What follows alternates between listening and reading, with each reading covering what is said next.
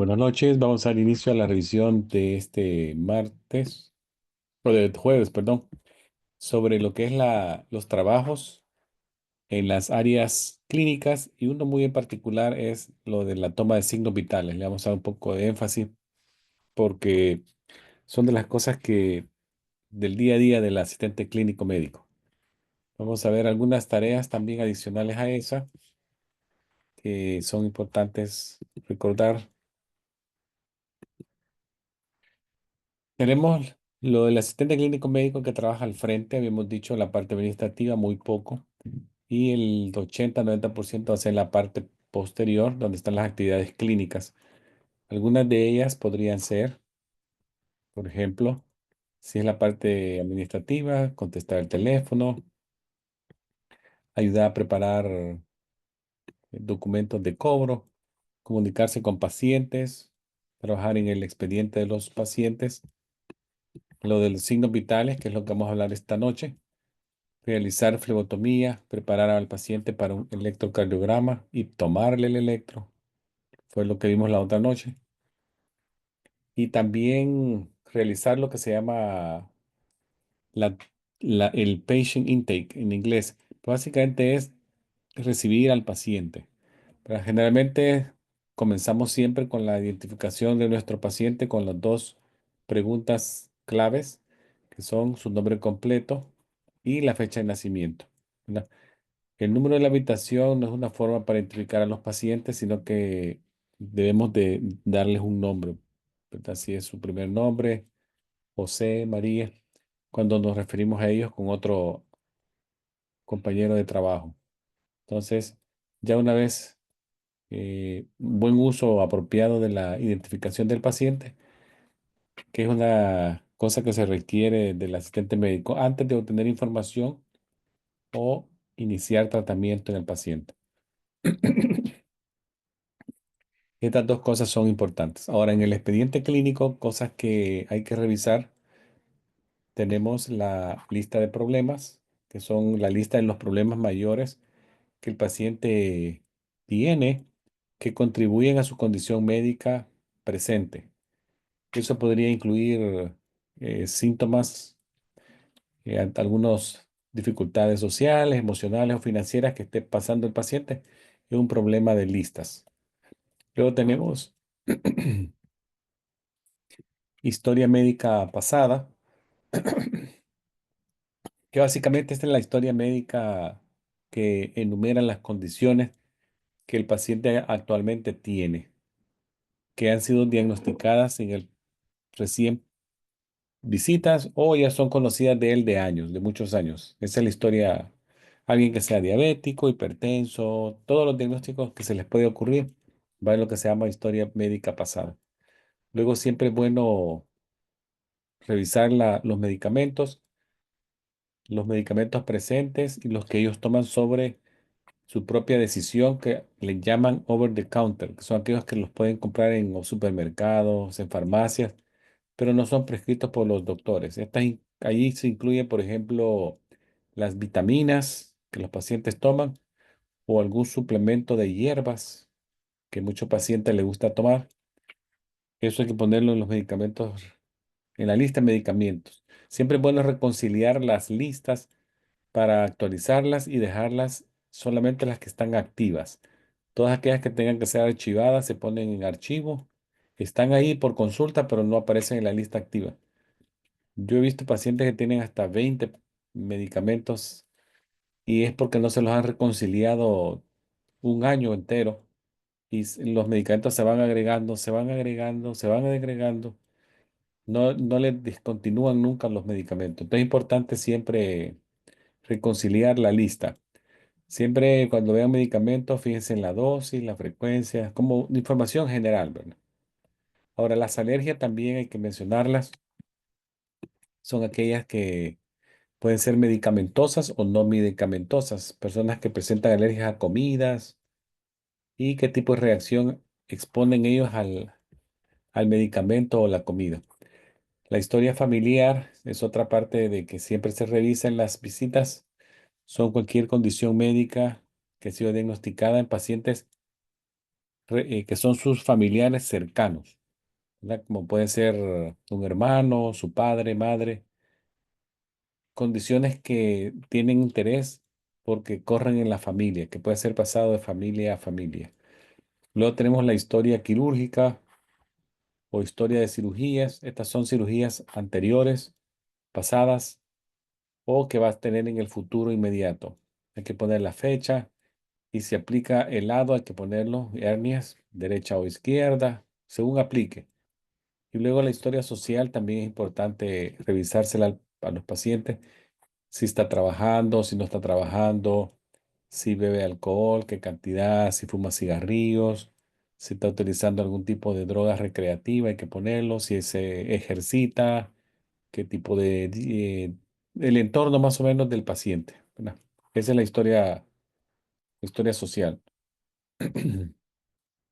Luego, ya entrando a lo que es los signos vitales, vamos a ver que estos son importantes, ya que nos dan señales de cambio, ya sea a favor o en contra de un paciente. Está mejorando porque el tratamiento es eficiente, no mejora porque el tratamiento no está haciendo el efecto deseado. Entonces, cualquier cambio en los signos vitales, ya sea para bien o para cambio negativo, el paciente nos va a dar esa información cuando visita a la clínica. Entonces, es un aspecto muy importante de la visita. Tenemos que representa el estado de salud general, bueno, por así decirlo. Los importantes son la temperatura, el pulso, la respiración y la presión arterial. Recientemente, la Administración de Veteranos de Estados Unidos, la Asociación Americana del Dolor, la Comisión Conjunta, también agrega el dolor como una constante vital a preguntar y valorar. Siempre preguntarle al paciente, ¿tiene dolor? Y ellos dicen sí. Luego le preguntamos que si lo puede cuantificar en una escala de 0 a 10. 0 no tengo, 10 un severo dolor, 5 un dolor intermedio. Entonces ellos dicen, oh, 3, más o menos 3. Otra variable que se ve como constante es la saturación de oxígeno, que suele medirse al mismo tiempo que se miden las constantes tradicionales que están acá. Cuando tomamos el pulso, muchas veces ahí mismo obtenemos el valor de oxígeno, la saturación de oxígeno.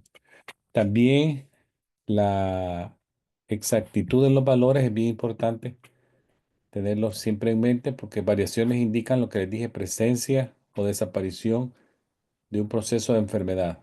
Entonces, cualquier cambio en el tratamiento puede venir orientado de los signos vitales. También no olviden que se influye mucho en la parte física y emocional en los signos vitales. Siempre démosle un tiempo al paciente que se tranquilice un poco cuando llegue. Puede llegar aprensivo a la visita, nervioso, y los signos vitales lo van a reflejar. Que el paciente déjele un tiempito de unos 5 minutos, que se relaje antes de tomar la primera lectura de los signos vitales.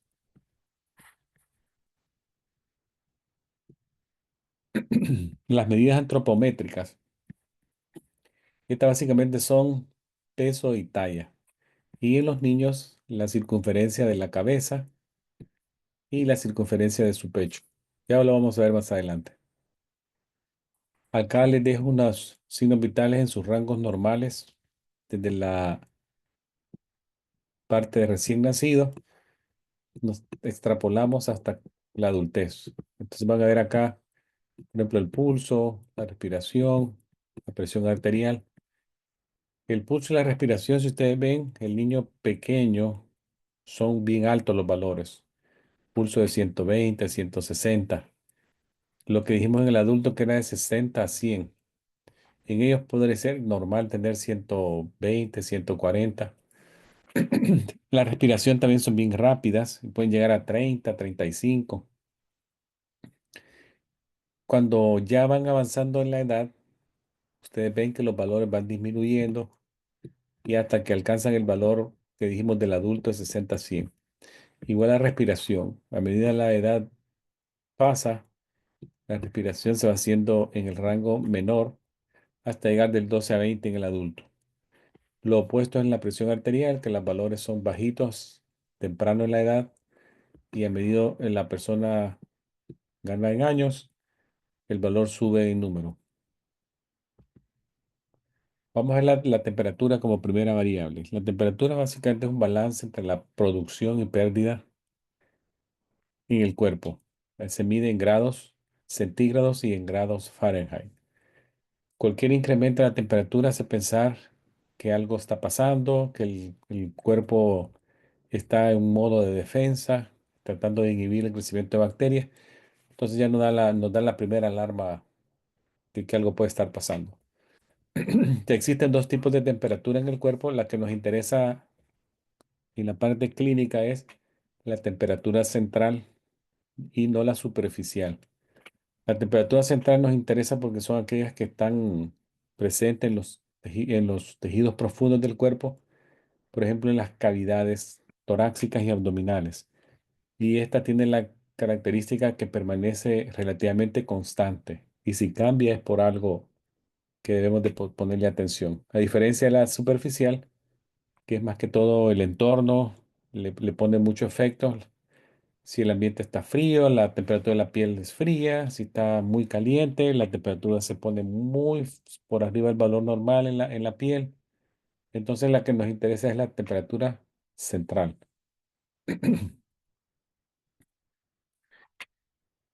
Algunos factores que influyen en la temperatura, tenemos la edad. Ustedes habrán escuchado que dicen los adultos mayores tienen más frío porque tienen menos tejido subcutáneo abajo de la piel. Tienden a tener temperaturas más bajitas, a diferencia del adulto más joven, que la tienen en rango mayor. Variaciones del día, el ejercicio pone temperatura un poquito arriba, las hormonas, el estrés y el entorno donde estemos. Son algunos factores que podrían influir en la temperatura. Ahora, el término que se utiliza para connotar la presencia de fiebre es pirexia. Entonces, una pirexia es considerada como una fiebre de bajo grado. O sea, cuando la temperatura sube un poco por arriba del valor normal es una pirexia. Entonces, ¿cuál es el valor normal? Por ejemplo, en centígrados, 36 a 37,5 es rango normal. Luego arriba del 37,5 en centígrados ya se considera de bajo grado pirexia. Pero ¿qué pasa si la temperatura sube mucho? Que uno dice, está bien fuerte la temperatura. Es una fiebre de alto grado, hiperpirexia. Quiere decir que ya podría andar en en el rango de 41 para arriba. Y si es Fahrenheit, de 104 hasta 105,8 Fahrenheit. Son hiperpirexia muy elevada, un poco elevada pirexia. Aquí les dejo algunas temperaturas que son consideradas fiebre.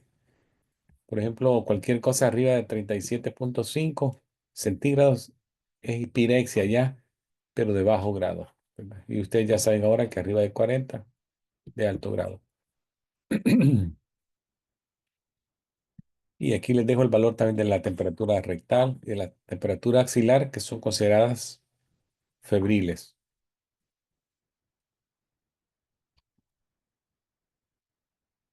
Vamos a ver algunos gráficos en esos dibujos que ven ahí a la derecha de fiebres que se pueden caracterizar por el patrón como ellos suben y bajan. Tenemos la primera, la fiebre continua, que es básicamente una fiebre que, si ustedes ven en el rango de línea basal, subió y luego tiene descensos y ascensos pequeños, pero nunca vuelve a llegar al valor normal, se queda arriba, continua. La intermitente tiene un ascenso y descensos, ascensos, descensos, pero en algún punto de la curva baja el valor normal, baja el valor normal, luego vuelve a subir. O sea, tiene subidas y alzas y descensos, pero en algún momento llega la parte normal o intermitente. Luego tenemos la fiebre remitente, que es muy parecida a la continua, con las únicas diferencias que las fluctuaciones son mayores. Fluctuación sería el cambio de subir y bajar, pero tampoco nunca llega al valor normal, se queda arriba, pero de ser, por ejemplo, hiperpirexia, puede bajar a una pirexia casi en el rango cerca del valor normal, pero no llega al valor normal. Y luego vuelve a tener otro ascenso. Son tres tipos de fiebres a reconocerlas: continua, intermitente y remitente.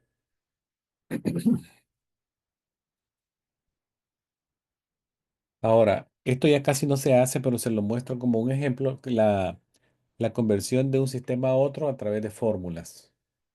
Si uno tiene la curiosidad de que quiere saber el valor en centígrados de un valor Fahrenheit, solo sustituye la posición de la F por el valor que usted conoce y lo multiplica por las constantes que están acá y le sale un valor.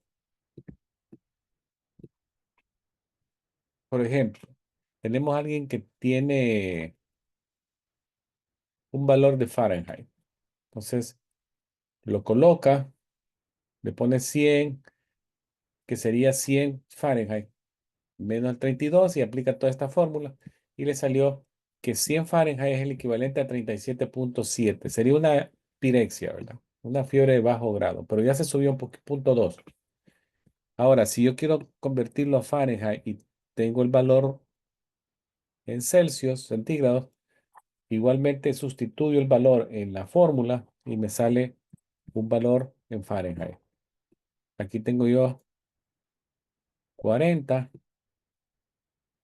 aplico todo lo de la fórmula y me sale un 104. Este sí ya está cerca de la hiperpirexia. O sea, una fiebre de centígrados en 40 ya es hiperpirexia, ¿ya? 104 Fahrenheit. Esto por si acaso lo quieren hacer como por curiosidad, hagan una vez, pero ahora la computadora o la calculadora se va a hacer bien rápido. Ahora veamos las diferencias de las lecturas rectales y orales. Cuando se toman, no olviden que la temperatura rectal le tienen que restar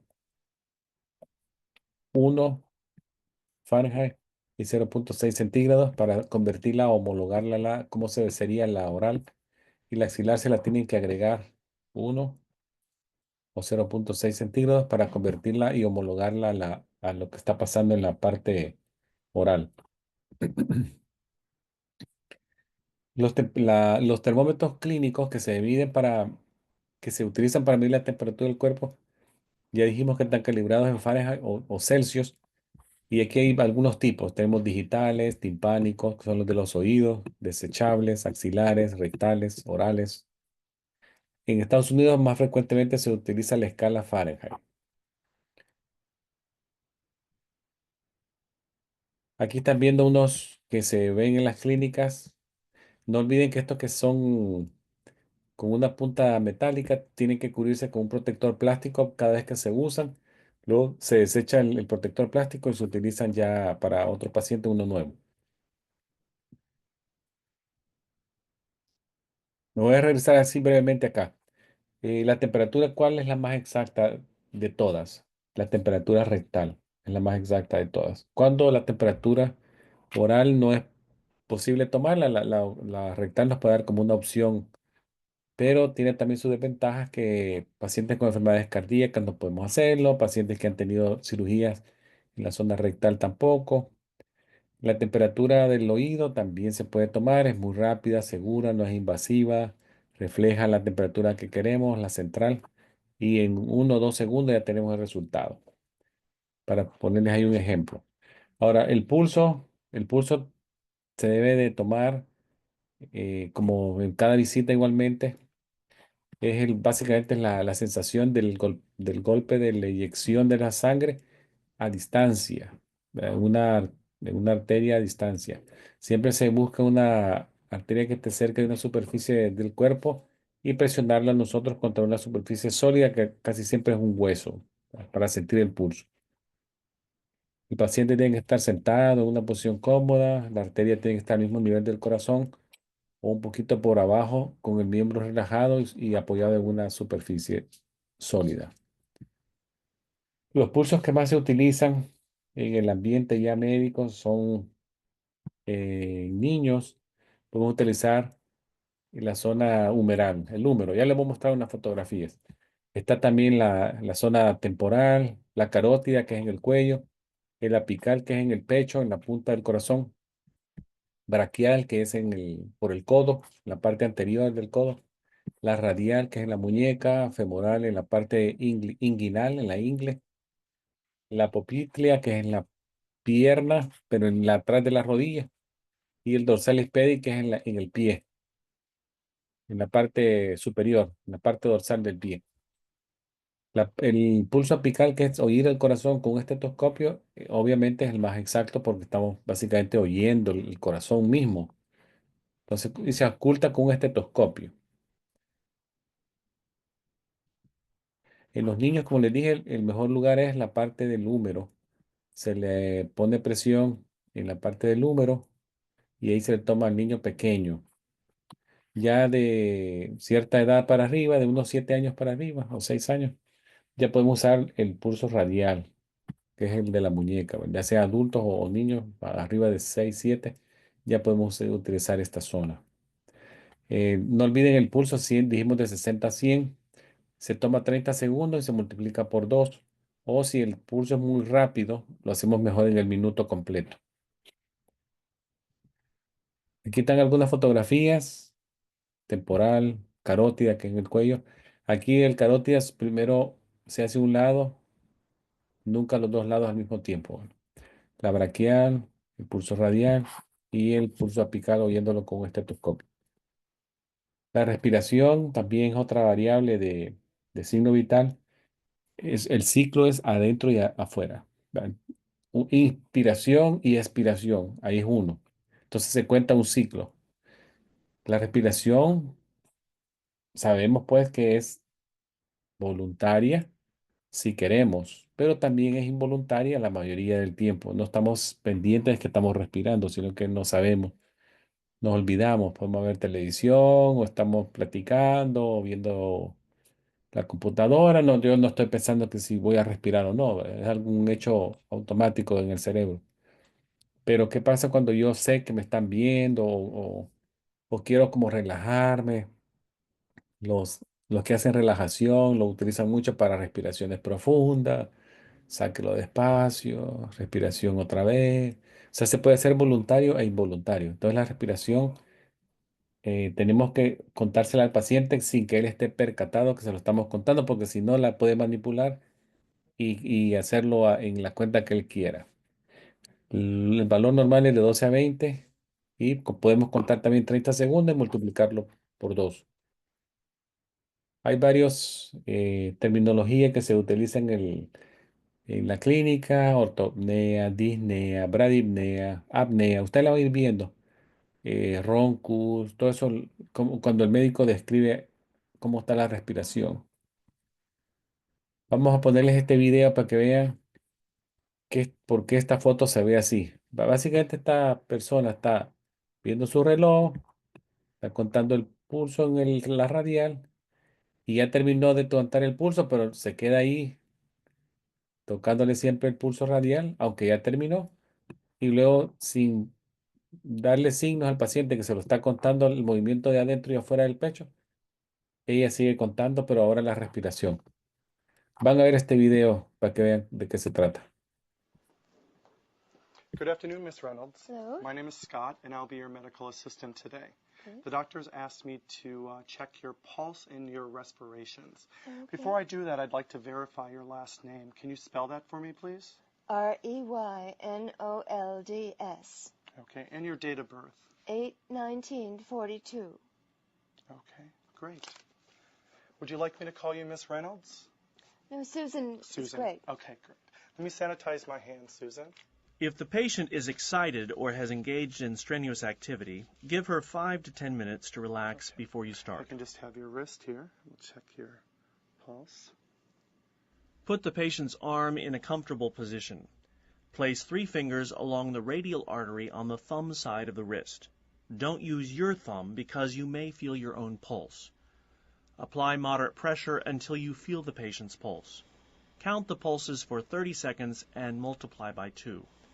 If the patient's pulse is irregular, count for 60 seconds for a more accurate count. Once you have the pulse count, remember it and start counting respirations. Each time the patient's chest rises and falls, it's one respiration. One inhalation and one exhalation equals one respiration. Do not tell the patient you're counting respirations, since the patient may alter her breathing. Count for 30 seconds and multiply by 2.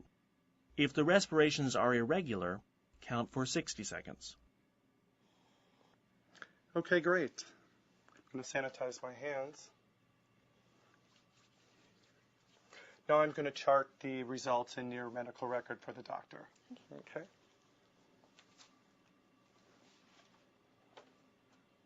Bueno, vieron ahí en este video muy interesante que básicamente el asistente médico, sin quitar sin remover sus dedos del pulso en la radial, él continuó tomando la frecuencia respiratoria. Entonces, es bien importante eso que lo sepan. ¿Se hace esto todas las veces que ustedes van a estar en la clínica? Probablemente no, porque casi todo es automático con el pulso, con el oxímetro de pulso. Ese pulso lo hacemos rápido sin tener que nosotros tomarlo en la radial. Pero tenemos que saber dónde tomarlo, porque esto es como cuando alguien aprende a manejar en auto automático, pero también hay que saber, como dicen, cómo se maneja en estándar por si acaso, ¿verdad? Entonces, igual es acá en la medicina, yo me dejo ir por la parte tecnológica, pero tengo que saber tomar un pulso, tengo que saber tomar una presión arterial con estetoscopio, todo eso, tomar la temperatura. Entonces, hay que saber los dos métodos. Vamos a ver ahora la presión arterial, cómo la vamos a tomar. La presión arterial básicamente es la medida de la cantidad de fuerza que ejerce el corazón para sacar la sangre en un volumen latido. Se expresa en milímetros de mercurio y es la presión en las paredes periféricas arteriales. Es un valor de fracción, un número acá que podría ser, por decir algo, el mayor, 120, y el denominador, 80. O sea, me salen dos números. El mayor es el sistólico y el menor es el diastólico. Entonces, básicamente la medida sistólica, el mayor, es la cantidad de fuerza o presión de la sangre contra la pared arterial al final de la contracción. Y la medida diastólica es la presión de la sangre en la pared de la arteria, pero entre dos ciclos, entre dos latidos, digamos, o sea, el corazón se está llenando. Cuando el corazón se relaja y se está llenando de sangre, esa presión que queda en las paredes se mide como presión diastólica. Es una fracción.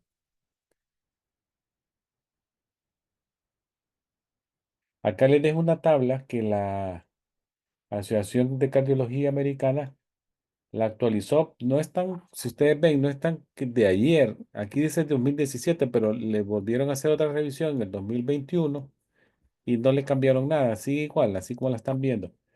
Pero lo que cambió un poco es, desde hace muchos años, ¿se recuerdan ustedes que, por ejemplo, si era 120/80, la gente decía, oh, tengo bien la presión?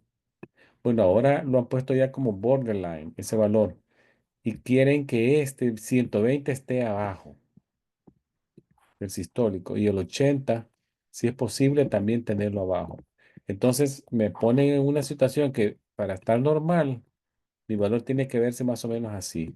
Por ejemplo, 116/77, digamos, así, para que sea normal. Si ya está arriba del 120 hasta 129 y menos de 80, por ejemplo, en vez de este tiene 126/77, ya según la Asociación Americana ahora me dice, oh, usted tiene elevada, pero todavía no tiene presión arterial alta, ¿no? Se le ha elevado. Trate de bajarla. cambios de la vida, hacer ejercicio, vigilar lo que como. Ya si el valor está más arriba de 140, no, perdón, acá, de entre 130 y 139, el sistólico, y entre 80 y 89, por decir algo, alguien tiene 133, 0,85. ¿Qué tiene? Una presión arterial alta, estadio 1. Y así sigue, ¿verdad? Si sube este a 140 para arriba y este me llegó a 90 o más, entonces ya es una presión arterial alta, estadio 2. Si ustedes ven, un poquito más estricto, detectan la enfermedad más temprano y le dan tratamiento también más temprano y más agresivo y controlan la presión arterial rápido. Esa es la presión arterial. Entonces, ¿por qué es esto? Bueno, más de 50 millones de americanos tienen hipertensión y están en tratamiento actualmente.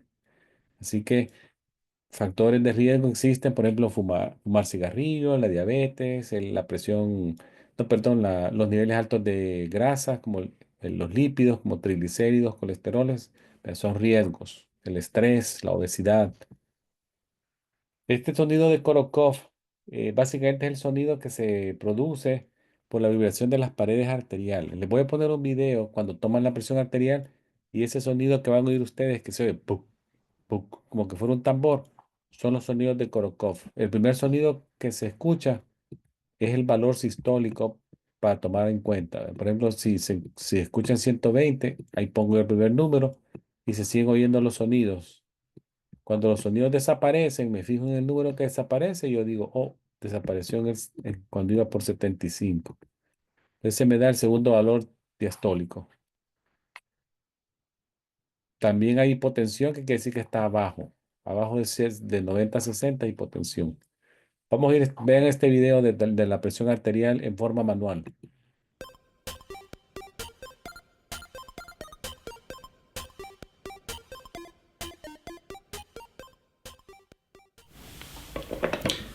Hi, my name's Simon. I'm one of the final year medical students. Can I just check your name and age, please? Yeah, my name's Andrew and I'm 25. Nice to meet you, Andrew. Today I'd like to take your blood pressure, so that will entail me taking this cuff, inflating it around your arm, feeling and listening to your pulse. Does that sound okay? Yeah, that's fine. It might be a little bit uncomfortable, but it shouldn't hurt. That's all right. Are you okay for me to go ahead? Yeah.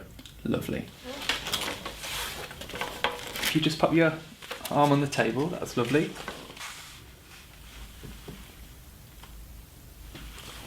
Fine.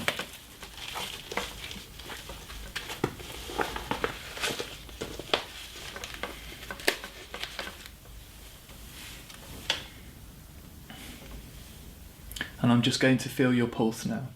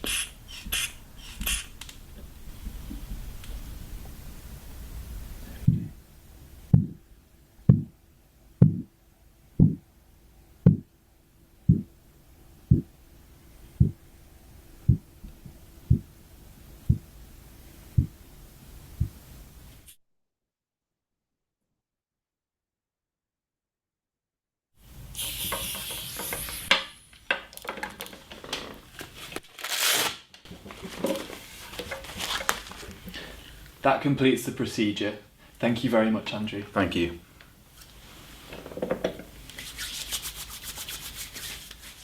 To complete the procedure, I would check the blood pressure in the patient's other arm. I would then record the results in the patient's notes. Bueno, ahí vimos la toma de la presión arterial en este paciente. Cosas de recordar. Los sonidos de Korokov. La fase 1 es cuando el valor de presión arterial me da el primer sonido débil de golpeteo que ustedes vieron como. Entonces, ese es el valor sistólico, ¿verdad? El sonido continúa a lo largo de la fase 2, 3, 4, cuando ya se empieza a amortiguar el sonido, adopta una condición más de arrastre, hasta la fase 5, la presión, que ya el sonido desaparece, el último sonido. Entonces va seguido de un silencio. La presión donde el silencio empieza es la presión diastólica en el adulto. Entonces es la parte manual, para que lo vean que también hay que saber tomar la parte manual, ¿verdad? Hay varios dispositivos, este fue el que estaba usando el video, pero también tenemos unos que son móviles, como este de acá, otros que están en la pared. Hay también electrónicos para medir la presión en casa. Algunos usan de muñeca. Entonces, ustedes ven, hay una variedad bien importante de herramientas para tomarnos la presión arterial. El riesgo de la presión arterial en las enfermedades cardíacas es bien importante. Entonces, mantener control de nuestra presión, por lo menos una vez al año, si somos de buen peso, hacemos ejercicio, comemos sano. Si no, hay que hacerlo más frecuente, ¿verdad? Es importante. La saturación de oxígeno que les dije se puede tomar con el pulso, el oxímetro de pulso, entonces nos va a dar valores de saturación de oxígeno detectada en la sangre, en la hemoglobina. Entonces, algunas personas podrían tener una mala circulación de la zona de los dedos, eso me puede alterar el valor, tener anemia, ¿verdad? Entonces, siempre tengamos en cuenta todo eso. Puede salir algún valor anormal, pero es porque la persona tiene mucho frío en los dedos, poca circulación capilar, entonces sale bajito. Ahora, veamos lo que es las medidas de peso y talla, porque es importante esto, que lo tengan siempre en cuenta también. La presión, la medida de las personas ya son estudios amplísimos que se han derivado de valores que el Centro Nacional de Estadísticas de Estados Unidos, la Organización Mundial de la Salud, ha preparado tablas en base al sexo, a la edad de las personas. Entonces se utilizan para el análisis del estado de nutrición de los individuos. Vamos a ver de qué es importante esto. Por ejemplo, el peso le da mucha información de alguien, si está perdiendo peso, perdió mucho peso en poco tiempo, no es bueno, ¿qué está pasando? Entonces, el peso se debe tomar con la persona con la menor cantidad de ropa posible, ¿verdad? Y sin zapatos. Si ustedes ven acá, esta persona se le ha quitado los zapatos y los tiene sin el mayor cantidad de ropa posible, bien livianito para lo más exacto posible. La estatura también, la persona tiene que estar sin zapatos, ¿verdad? La estatura se mide con el sujeto descalzo, parado firme. Si es posible, hacemos de 2 por 1, le damos su peso y talla al mismo tiempo. El BMI es un índice que se saca también, que es un índice de masa corporal que nos da información si la persona está en peso ideal, sobrepeso, obeso o obeso mórbido. Para esto necesito el peso y la talla de la persona.